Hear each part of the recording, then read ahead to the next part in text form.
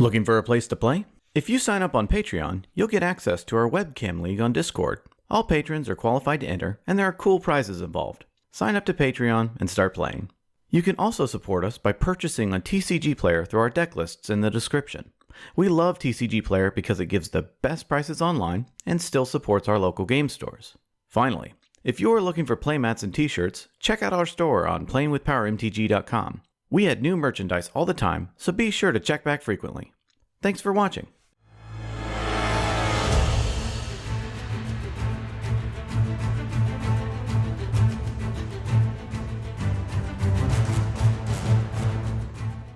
Ladies and gentlemen, boys and girls, welcome to Playing with Power MTG, where we play with the most powerful cards in the most powerful formats. Tonight's episode is a fun one. Once per quarter, we invite all of our patrons out for a full day of recording games. In our last event, we decided to do a tournament. We each played on a point system, and at the end of the night, the top 4 got to battle it out in a final game to see who was champion. It was a great game, and it showed off the power of the decks at the table, as well as the skill of the pilots.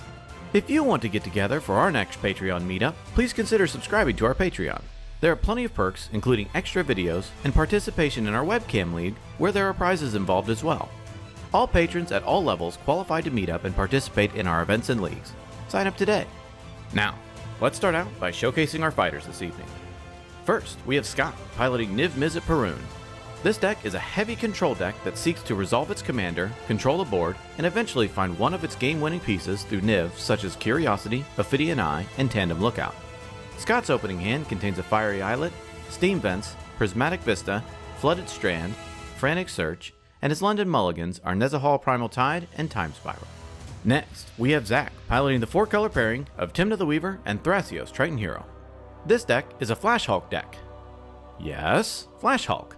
Before you go running to the comments and letting us know that Flash Hulk is banned, please just note that this game was recorded back in February, before the world went crazy and before Flash was banned in Commander. Back to the deck. This deck seeks to resolve Flash, putting Protean Hulk onto the battlefield, and then triggering a Hulk pile to go for the win. ZACK's opening hand contains an Elvish Mystic, Silence, Mana Crypt, Gemstone Caverns, Command Tower, Breeding Pool, and a Dark Ritual. After that, we have Charles piloting Heliod, God of the Sun. Charles is best known for his mono-white brews in CEDH, and his very impressive piloting of them as well. Remember, this is the top 4 of the night, so Heliod had already done work. This deck is a stacks deck that seeks to control the board and eventually outvalue its opponents with his commander and cards like Serra's Sanctum and Luminarch Ascension. Charles' opening hand contains a Sphere of Safety, Gideon of the Trials, Grasp of Fate, Storage Matrix, Blind Obedience, Flagstones of Trocaire, and a Plains. Finally, we have Folger, also piloting the 4-color pairing of Tymna the Weaver and Thrasios Triton Hero.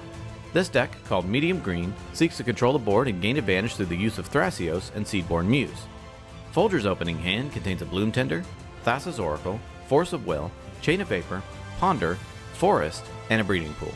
Without further ado, let's kick off this maniacal maneuvering of these monstrous mavericks. Scott wins the Big Meal Challenge and gets to start us off. But ZACK has a pre-game action and puts Gemstone Caverns onto the battlefield, exiling Breeding Pool and putting everyone on high alert since this is a Flash Hulk deck. Scott plays a Prismatic Vista for turn and passes. Charles plays a Plains for turn and passes. ZACK starts off by casting a Mana Crypt. He then casts Silence. The table falls silent. Everyone begins to wonder if he has the perfect opening hand to actually win this game turn 1. With some deliberation, Silence finally resolves. Then, ZACK casts Elvish Mystic. The whole house erupts at the joke he just played on everyone at the table, saying it was worth it to throw away that spell. Elvish Mystic resolves, and laughing to himself, ZACK passes the turn. Folger plays a Breeding Pool, into play untapped, paying 2 life. He casts a Ponder. In response, Scott cracks his Prismatic Vista for an island. Folger looks at the top 3 and draws a card. Folger passes. Scott plays a Flooded Strand for turn. He passes. Charles plays a Flagstones of Trocaire for turn. He casts Blind Obedience. He ends his turn. During his upkeep, ZACK loses his Mana Crypt trigger and takes 3 damage. He plays a Watery Grave, into play untapped, paying 2 life. He casts his commander, Thrasios, Triton Hero. He gives the turn to Folger. Folger plays a Hallowed Fountain, into play tapped. He casts an Elvish Mystic. He passes. At the end of Folger's turn, Scott cracks his Flooded Strand for an island. Scott plays a Cascade Bluffs for turn. He casts Frantic Search. He draws 2, discards 2, and untaps 3 lands. He casts a Preordain. He scries 2 and draws a card. Scott passes. On his turn, Charles casts Darksteel Mutation, targeting Zack's Thrasios. In response, Zack activates Thrasios, scrying to the bottom and revealing a Bayou, putting it onto the battlefield tapped. With nothing else, Mutation resolves, and Zack's commander becomes a 0/1 indestructible insect. Charles ends his turn. Zack starts off his turn by casting his other commander, Tymna the Weaver. He attacks Charles with his Elvish Mystic. Charles takes the hit, and in his second main phase, Zack pays 1 life and draws a card through Tymna. He casts a Finehorn Elves and ships the turn to Folger. During Folger's upkeep, Scott casts Impulse. He looks at the top 4, puts 1 into his hand, and bottoms the rest. Folger plays a City of Brass for turn. He casts a Bloom Tender. Folger passes. Scott plays a Volcanic Island for turn. He casts a Dockside Extortionist. Extortionist enters, and Scott creates 3 treasures, which enter tapped because of Blind Obedience. Forgetting that card was on the board, and his plan set back a bit, Scott passes. Charles plays a Plains for turn. He casts Storage Matrix. Seeing as this is a card not many see very often at the tables, he passes it around for everyone to read. With nothing else, Charles passes the turn. During his untap step, Zack chooses creatures to untap through Storage Matrix. In his upkeep, he loses his Mana Crypt trigger and takes 3 damage. Zack moves to combat and attacks Charles with Tymna, and Folger and Scott with an elf each. In response, Folger casts Abrupt Decay, targeting Tymna. Tymna is destroyed, and the rest declare no blocks, taking the hit. In his second main phase, Zack plays a Scalding Tarn for turn. He cracks it for a Tropical Island. He casts Neoform, sacking his Thrasios/Darksteel Insect. He fetches up a Spellseeker, which triggers on ETB, and then he searches up a Demonic Tutor into his hand. All through searching and shuffling, Zack gives the turn to Folger. Folger untaps his lands through Storage Matrix. He plays a Forest for turn. He taps his City of Brass to cast his commander, Tymna the Weaver. Folger passes. Scott untaps his artifacts through Storage Matrix. He plays a Steam Vents into play untapped, paying 2 life. He casts his commander, Niv-Mizzet Perun. In response, not wanting to deal with Niv triggers, Zack pays 2 life and casts Noxious Revival, targeting Neoform in his graveyard. Neoform goes onto the top of his library, and then Niv-Mizzet resolves. Scott passes. Charles untaps his lands through Storage Matrix. He casts a Seal of Cleansing. He plays a Serra Sanctum for turn and passes. Zack untaps his lands through Storage Matrix. During his upkeep, he loses his Mana Crypt trigger and takes 3 damage. He casts Neoform, sacrificing his Finehorn Elves. Niv-Mizzet's second ability triggers, Scott draws a card, Niv-Mizzet's first ability triggers, and then he shoots Elvish Mystic, killing it. Once the Niv triggers are off the stack, Charles responds by casting Aven Mind Sensor. Aven resolves, then Neoform resolves, and Zack searches the top 4 of his library. He fails to find and shuffles. He casts Dark Ritual. Niv triggers, Scott draws, and then he shoots Bloom Tender. Dark Ritual resolves, and Zack adds 3 black. He casts Thrasios for the second time. Zack passes. Folger untaps his lands through Storage Matrix. He plays a Flooded Strand for turn. He casts his other commander, Thrasios, Triton Hero. Folger ends his turn. Scott untaps his lands through Storage Matrix. He plays a Bloodstained Mire for turn. He cracks it, and then everyone reminds him of the Aven Mind Sensor on the battlefield, so he only gets to look at the top 4. He fails to find and shuffles his library. He casts an Arcane Signet. He follows up with a Blood Moon. This is a huge problem for the 4 color decks across from him, but fortunately for him, it resolves. With nothing else, Scott passes. Charles untaps his lands through Storage Matrix. He plays a Plains for turn. He casts Grasp of Fate. Grasp resolves, and he targets both of the Thrasios and Niv-Mizzet. Everyone chooses to put them back into the command zone. All through, Charles ends his turn. Zack untaps his lands through Storage Matrix. During his upkeep, he loses his Mana Crypt trigger and takes 3 damage. With Blood Moon turning off every land he has, he does nothing else and passes. Folger untaps his creatures through Storage Matrix. He attacks Zack with Tymna. Zack takes 2, Folger gains 2, and in his second main phase, he pays 1 life and draws a card through Tymna. He casts a Carpet of Flowers and passes the turn. Scott untaps his lands through Storage Matrix. He draws a card, does nothing else, and passes the turn. Charles untaps his lands through Storage Matrix. He casts his commander, Heliod, God of the Sun. He attacks Folger for 2 and passes the turn to Zack. Zack untaps his creatures through Storage Matrix. He does nothing else and passes. Folger untaps his creatures through Storage Matrix. He attacks Scott with Tymna. In response, Scott casts Cyclonic Rift, targeting Grasp of Fate. He targets this card because the ruling on this card states that if you bounce it, you return the creatures exiled with it, and if you exile commanders with it, they also return even if they were returned to the command zone. Yes, we verified with a judge to be certain. Cyclonic Rift resolves, Grasp of Fate bounces, and all the commanders re-enter. Except they re-enter tapped because of blind obedience. Unfortunately, Scott forgot that fact and declares no blocks. He takes 2, Folger gains 2, and in his second main phase, Folger pays 1 life and draws a card through Tymna. Also in his second main, he adds 2 blue through his carpet. He casts Thassa's Oracle. Oracle resolves, everyone falls silent again, waiting for the inevitable demonic consultation. Surprisingly, it doesn't come, the trigger resolves, and Folger looks at the top 3, putting 1 on top and the rest on bottom. All finished, Folger passes. Scott untaps his lands through Storage Matrix. He plays an island for turn and passes. Charles untaps his lands through Storage Matrix. He plays a Plains for turn. He recasts Grasp of Fate. Grasp resolves, and he targets Thrasios, and Niv a second time. In response, ZACK activates Thrasios, scrying to the bottom and revealing a Force of Will. Folger then responds by activating his Thrasios, scrying to the top and revealing a Fatebarrow Elder. With nothing else, the commanders get exiled again. Charles attacks Folger with his Aven Mind Sensor. In his second main phase, Charles casts Gideon of the Trials. He activates Gideon's first ability, targeting Folger's Tymna. All through, Charles gives the turn to ZACK. ZACK untaps his lands through Storage Matrix. He does nothing else and passes the turn. Folger untaps his creatures through Storage Matrix. In his main phase, he adds 3 blue through his carpet. He casts Gilded Drake. Drake resolves, and he exchanges it with Heliod. He attacks ZACK with Tymna and Thassa's Oracle, and attacks Scott with Elvish Mystic. Charles reminds ZACK that Folger's Tymna is shut off through Gideon, but ZACK wants Folger to remove Blood Moon, so he bargains and says that if he allows the hit, Folger will try to dig for an answer. Folger agrees, and ZACK and Scott declare no blocks. In his second main phase, Folger pays 2 and draws through Tymna. He casts a Finehorn Elves. He moves to his end step and discards down to hand size. Scott untaps his artifacts through Storage Matrix. In his main phase, he casts Nezahal, Primal Tide. It enters tapped, but it's a major force to be reckoned with. Scott passes. Charles untaps his lands through Storage Matrix. He plays an Emeria, the Sky Ruin. He casts Sphere of Safety. Nezahal triggers, and Scott draws a card. Charles activates Gideon, creating an emblem. Charles passes the turn to ZACK. ZACK untaps his artifacts through Storage Matrix. Still shut off because of Blood Moon, he passes. Folger untaps his creatures through Storage Matrix.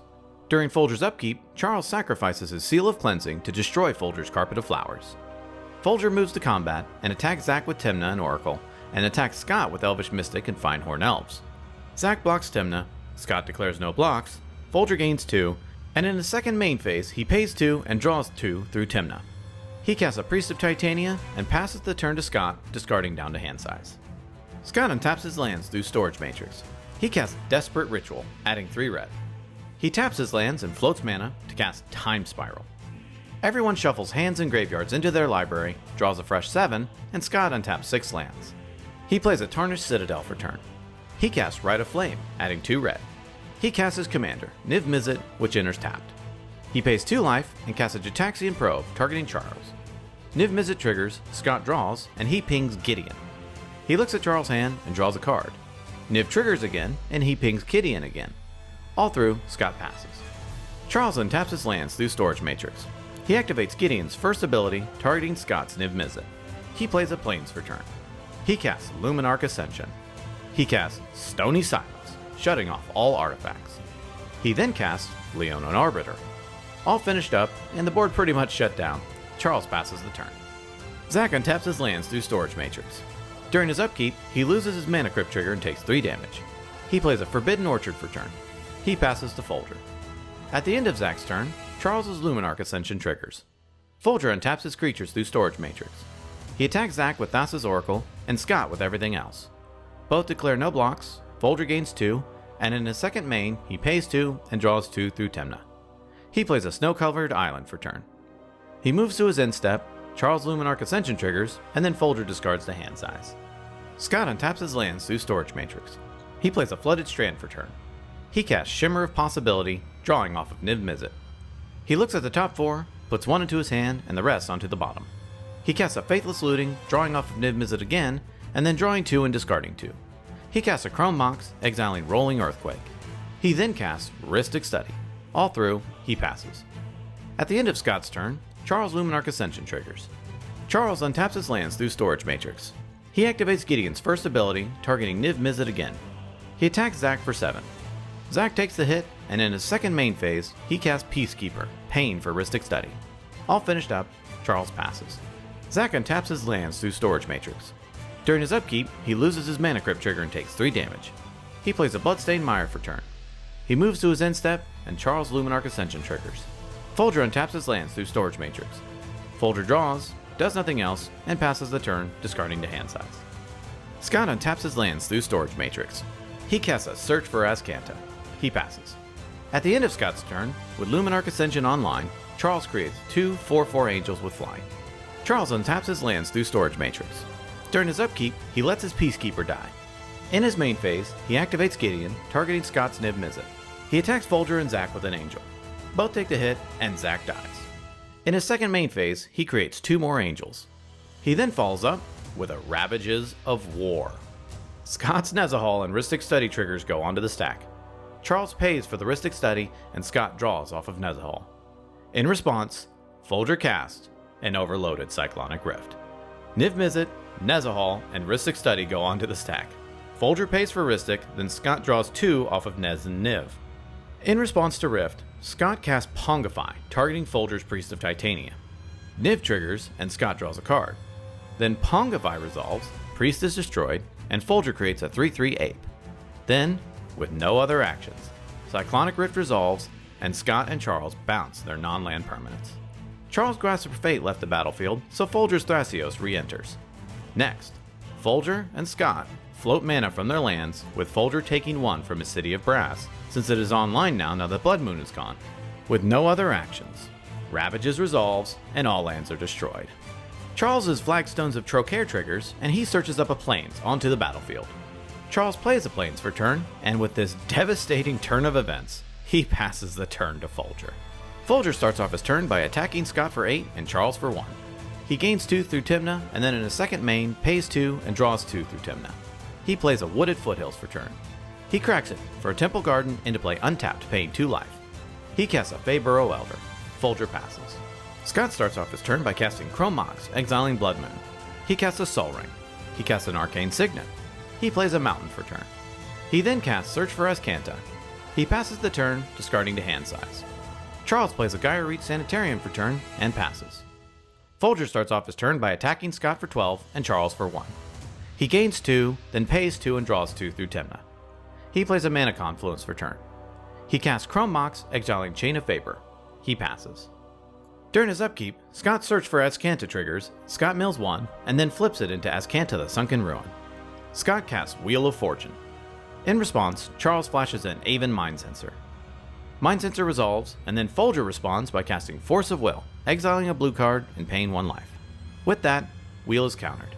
Scott passes. Charles starts off his turn by casting Stony Silence. In response, Folger and Scott both float mana from their rocks. Scott uses some of that mana to flash in an Ophidian Eye, targeting Aven Mind Sensor, hoping to get 1 more draw to save himself. Eye resolves, then Stony Silence resolves. Charles passes the turn. At the end of Charles' turn, Folger activates Heliod, creating a 2/1 Enchantment Cleric. He also activates Thrasios, scrying and revealing a Vampiric Tutor. On his turn, Folger taps his Mana Confluence to cast Gilded Drake. He exchanges it with Aven Mind Sensor. He attacks Scott for 6 and Charles for 9. Charles blocks the 2/1 and takes the rest. Scott declares no blocks and dies. Folger gains 2, then pays 2 and draws 2 through Tymna. He plays a Vernic Catacombs for turn. He cracks it for a Swamp. He casts Vampiric Tutor. He fetches up a card onto the top of his library and loses 2 life. Folger passes. Charles untaps, draws his card for turn, and passes. Folger starts off his turn by tapping his Mana Confluence to help cast Freed from the Real, targeting his Feyburrow Elder. In response, Charles casts Hallowed Moonlight, drawing a card, hoping to find an answer. He does not find anything, and Freed resolves. He taps his Feyburrow, using the blue mana and tap it through Freed from the Real. He demonstrates a loop of generating infinite white, black, and green mana. He activates Thrasios, drawing his deck. He casts Assassin's Trophy, targeting Stony Silence. The enchantment is destroyed, and Charles searches his library for a basic land, but only the top 4 because of Aven Mind Sensor. He does find a land and puts a plains onto the battlefield. Folger casts a Mox Diamond, discarding an Ancient Tomb. He casts Jace, Wielder of Mysteries. He activates Jace, targeting himself, and wins the game.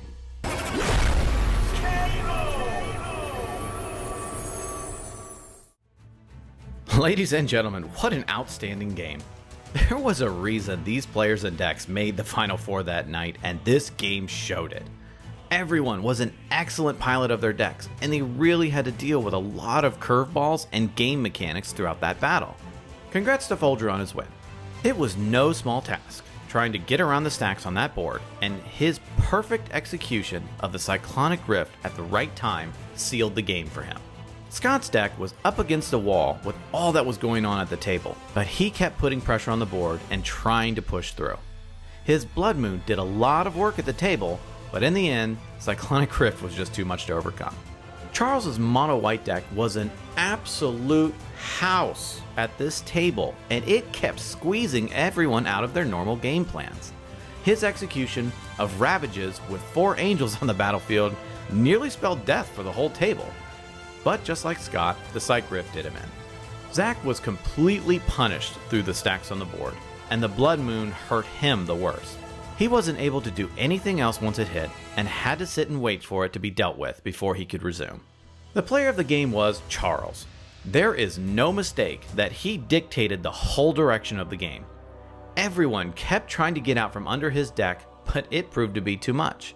The most valuable card was a tough choice. Some would say that it was Storage Matrix, shutting off everyone from being able to get ahead on board. Some would say it was Blood Moon, hosting mana bases to the point where no one could do much. But in the end, the most valuable card goes to Cyclonic Rift. There is no mistake that this card single-handedly turned the game around for Folger, and everyone else was fighting a losing battle from that point on. I highly recommend you check out the deck lists linked in the description below. They were amazing builds, and I especially recommend you check out Charles's Heliod build. At first glance, this deck doesn't appear all that intimidating, but it is a formidable deck to play against, as you saw tonight. Thanks to everyone who played in tonight's match, and thanks to all patrons who joined us that evening. If you want to become a patron, there's a link in the description below. Well, that about wraps it up for this episode. Tune in next time when we duke it out to see who will be king of the competitive EDH table. Thank you so much for watching, and we will see you next time.